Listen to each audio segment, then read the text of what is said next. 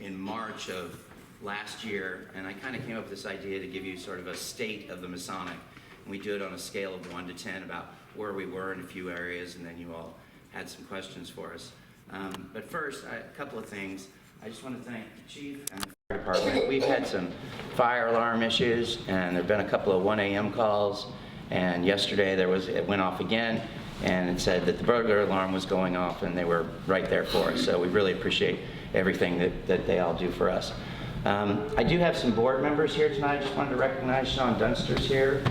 Gail is ex officio. Joan is here. Gail has gone off as president. David Crozier is now interim president until July, and then we'll be choosing a new president and treasurer at that time. But I do want to recognize Gail for everything that she does for the theater and has done. It's been a remarkable run through some very challenging times, and I really appreciate being able to call you anytime, so thanks. All right, Chuck.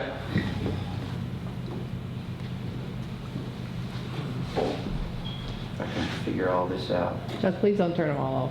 Okay, you're good. June 30 of 2023 is David Crozier, David Hypes, Richard, Mickey Bauer, Glenn Bryant, Kathy Bryant, Lisa, and Sean Dunster, and Josh Taylor, who works at the Chamber, and of course everyone knows Joan. Revenue is coming back. We're still at a 6. It is still very challenging at this time. A couple of weeks ago, it was really tight, but we were able to make a grant work that goes through 2025 and take some of that back end and plow it into the first of this year to get us that little bit ahead. I truly believe that the large grant that the foundation got in 19 that ended this year could have really put them in a great position. But with COVID, that just changed everything. So we're working on a new grant to kind of to get us infused with some cash. Groomers, which is on March 2nd, is now at about 250, 260 tickets. And Simon & Garfunkel just went through the roof. It's almost to that as well. So we've got a month before Rumors, or a couple of weeks, and Simon & Garfunkel is this Saturday night. Starting on Thursday, the town is getting descended upon by 45 quilters from 15 different states who will be in the Masonic all day and all evening. We feed them there. They get a lot of great training. They leave Saturday. Saturday night we do Simon & Garfunkel. Sunday afternoon, a whole nother group of shop owners, quilters, come in, and they go through 3 days of training with Kay. So there'll be a lot of activity at the Masonic over the next week or so. I do want to mention the Road to Nambia. That's part of our travelogue series, and if you hadn't been to any of the travelogues, we've been to Guatemala, we went to Turkey and to Israel. The filmmakers come and they do a talk back afterwards. So you've got more specific questions about the area. But what they do is they really walk you through the country and give you a ton of information. So if you ever thought about going there, you can get information like that. But it's some beautiful photography with 4K drones, and so we'll be going to Victoria Falls and all over for that one. Shows coming up and activities we've been working on. The Short of St. Pat's Parade, our tours, the community gatherings have been a great success. Thank you to the town for sponsoring the last one. Super Sunday, we'll be back again, and the MLK Day was a great success. The one thing that's really great is the movies we're getting now, and the partnering with the Allegheny Highlands Arts Council and with Cora Dance, who has their offices in our theater now. Last year we did 62 movies with just over 2,000 attendees. We had the $10,000 sponsorship from the town that ended. We got a new sponsor, Charlie Oba Auto Group out of Stanton, and then a new sponsor for the first 6 months of this year, the Commonwealth Group, which is an investment financial firm that's got offices in Harrisonburg, Richmond, and Lynchburg. But the really cool thing that's happening is because we did 62 movies, we're getting more first-run movies now for a fraction of what the movie theaters are getting it for. Because we're a nonprofit, we can't charge tickets for it, but with the sponsorship, it pays for that. So we were able to have the new movie Elvis out last month, or this month, and had 87 attendees, and we raised over $300 in donations from the Pay What You Can. I would expect that on March 6th, Top Gun Maverick will probably have quite a few people there, and should sound great on our sound system. Financial stability. Yeah, it's just about where it was when I came here last March. It's a 3. The Ratchford Group has been hired to do a sustainability and operations audit. They have gone through every financial document and tax return since the theater reopened.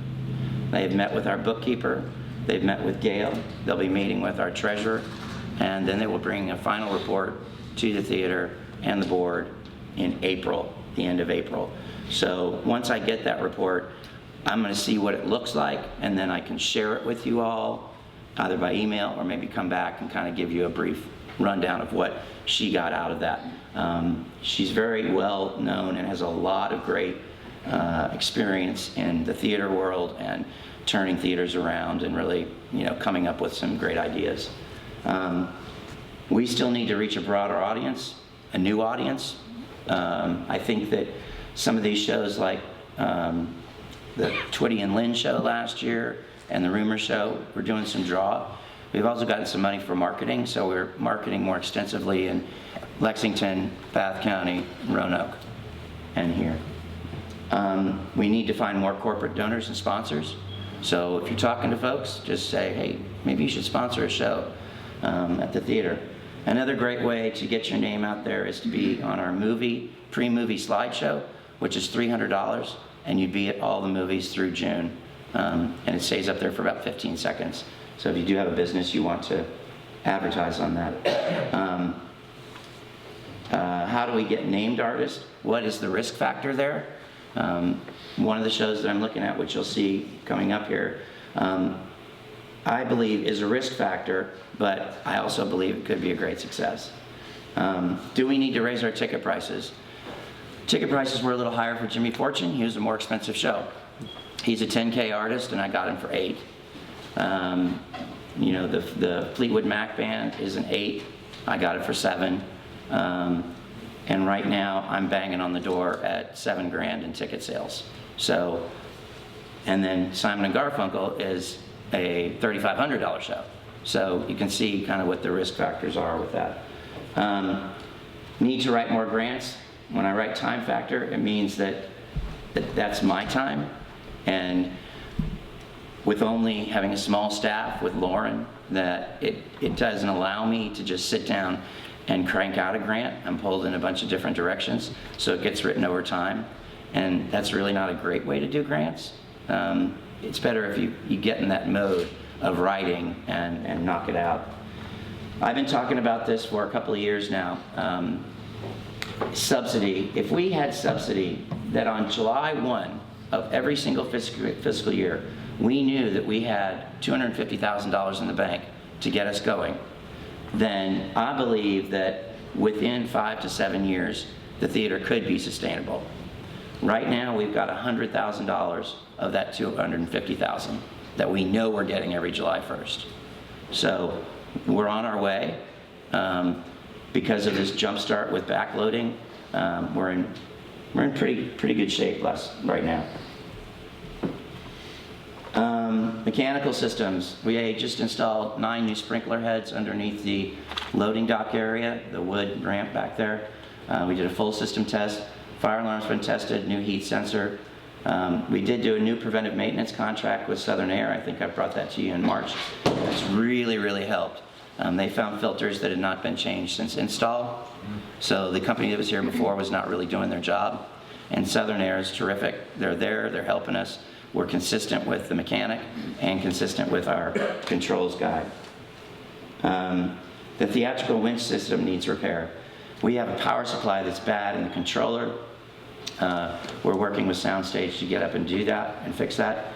And then the third electric has had issues since the electrical storm in 2019 that Ethan actually has to climb up about 70 feet in the air and get on his tippy toes and manually bring it in and out. So we're going to try and get all that work done. But he doesn't really mind doing it, which is nice. Small staff due to funding, obviously. We would love to have a part-time box office manager or event manager. And we need a full-time maintenance person, janitorial for sure. Right now, Dominic is doing the cleaning as needed. If we have a show, obviously he's coming in and cleaning. But when you think about the schedule over the next 8 days, where we're feeding these people 3 times a day, plus we've got a show, you know, it's Lauren and Caleb in the morning. I come in at 4 with the dinner and do the dinner, and then we're just swapping all over the place with just the 3 of us. So there's a chance at a burnout factor for sure. Condition of the building, overall things are not bad. Some of the carpet's getting worn. We do have a lot of paint chipping. We've got some problems with wall cracks during the water main break with all the trucks going across the bridge. It just kept rattling the building. So baseboards have been really abused. They need to be touched up. Our front doors are in terrible condition. If you drive by them, there's now a bike lock on one set of them. We're probably going to put bike locks on all of them, because if you yank hard enough, you can open the door.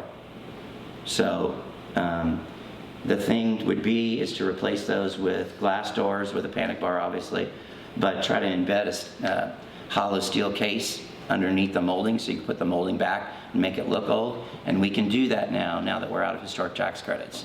But it's about $20,000 per double door set. And we've got 4 double doors and 1 single door. So you're looking at $100K for that. But it will help our energy efficiency so much, because you can see right through the cracks above, middle. And that's something I'm talking to Dominion about. They can't pay our electric bill for us, but they could give us a grant to buy doors. So, as I said last year, which is the most important, the building is our biggest asset, and we have to take care of it. If we neglect it and we don't fix it right away, it's just going to get worse and worse and worse. So it's something that we pay close attention to. We walk the building every single day. There's a new spongy spot right as you're going onto the underground, because most of you may not know, that entire building, every floor, has no subfloor. So that wood is laying on beams, straight on beams, no subfloor. So if I get a crack, I can't fill it with epoxy, because the epoxy will just run through it. So, and now in the West Rock room, where they put in the catwalk, it bubbled up, and now I can see straight down to the theater when the lights are on from West Rock. So I handed out the upcoming programs, which we're really excited about. This playbill is something that Gail has always wanted. I think it turned out really, really great. It gets the information out there, and we got 1,000 of them, and we're getting close to about a quarter of the way through, about. So I figure with Simon and Garfunkel and Rumors, we're going to be starting to get low. I would like nothing better than to have to buy more. That would be fantastic. Please share that with your friends. There are also some downstairs in the front hallway. Projects we're working on. We got the theater camp in June. Theater camp is back. We've already got a couple of kids signed up for that. There are scholarships available, so if someone wants to let someone know about theater camp, they can call me or call Lauren at the theater for scholarships. We won't do a full scholarship, and there's an early bird special that ends March 15th. The October storytelling's coming back. It will be different tellers. According to these folks that do the storytelling festivals, they say it's important to have different tellers. Don't bring back the same ones right away. So we were pretty tight sometimes down in the underground, and again, I would like nothing better than to move it up into the theater. Super Sunday is November 5th this year. Continues to be just a fantastic event, and really this year got way up there and passed all of our expectations, so we were really, really happy with that. Jerry was very happy with that. The Nutcracker, the 23rd and 24th.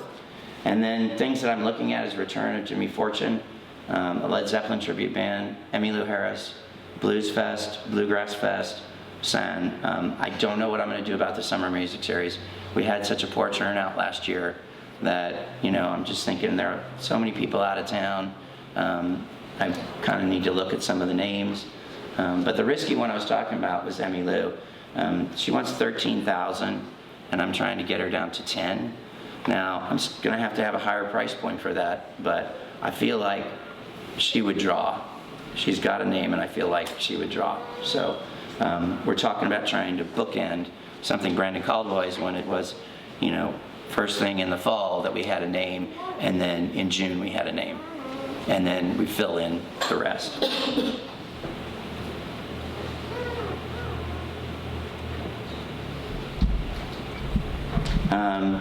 What can you do to help keep people aware of the shows that are going on?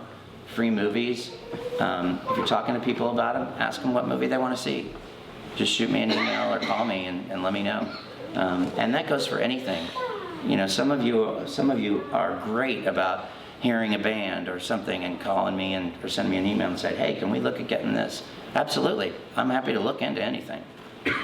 Keep pushing the importance of the building for shows, events, a gathering place for our community, and the importance of preserving it, and be an active spokesperson for the Masonic. I will say, lastly, is that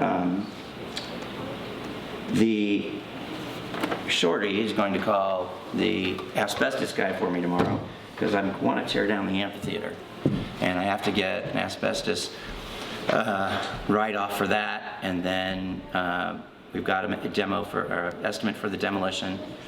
We will take it down to the steel, because the steel is great, but when we put it back up, we're going to put it up with aluminum studs, steel studs, because it was all put together with wood and 2x4s, and as you know, if you've driven by there with that beautiful love sign right there, it's really unattractive. So we would put the metal panels back up on it, but we'd just do a straight wall across the back and then a side wall where that big archway was. Eventually it would be a dream to have a building there with a mural on it that was used for storage and maybe some dressing rooms and that kind of thing. So, but I think we can trim it down. It's a shame that that has to happen, but I saw a little kid on there yesterday and his foot almost went through it, where that curved part is. So I want to get it down as soon as possible. So, but I know now Brad's kind of let me know what I need to do for the process. So, happy to answer any questions that you might have. Justin, how much do you get from Allegheny County? $2,500. Are you going to go to the budget meeting and ask? I am. It started out that they gave us a chunk when we were renovating, and then it kind of went down to 10, and then 7,500, and then 5,000, and then 2,500. I think there was some disagreement there at some point that I was before my time. And also, we're going to go to the city of Covington to see if they will do something. But Clifton Forge is our major supporter for sure, out of the municipalities. So. Could you let us know when you're going to their budget? I would like to see council and just about every citizen we can get to pack that place and show them that we need more money. Yep. I mean, 1 or 2 people in Allegheny County, it is probably ain't gonna work.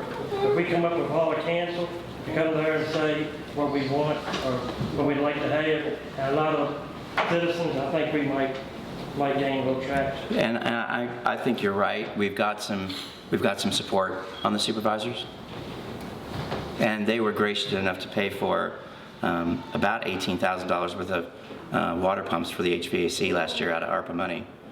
So that was a huge step up for them. So, but we wouldn't be doing what we're doing without the Allegheny Foundation and without the town. That's for sure. Well, Thank you, guys.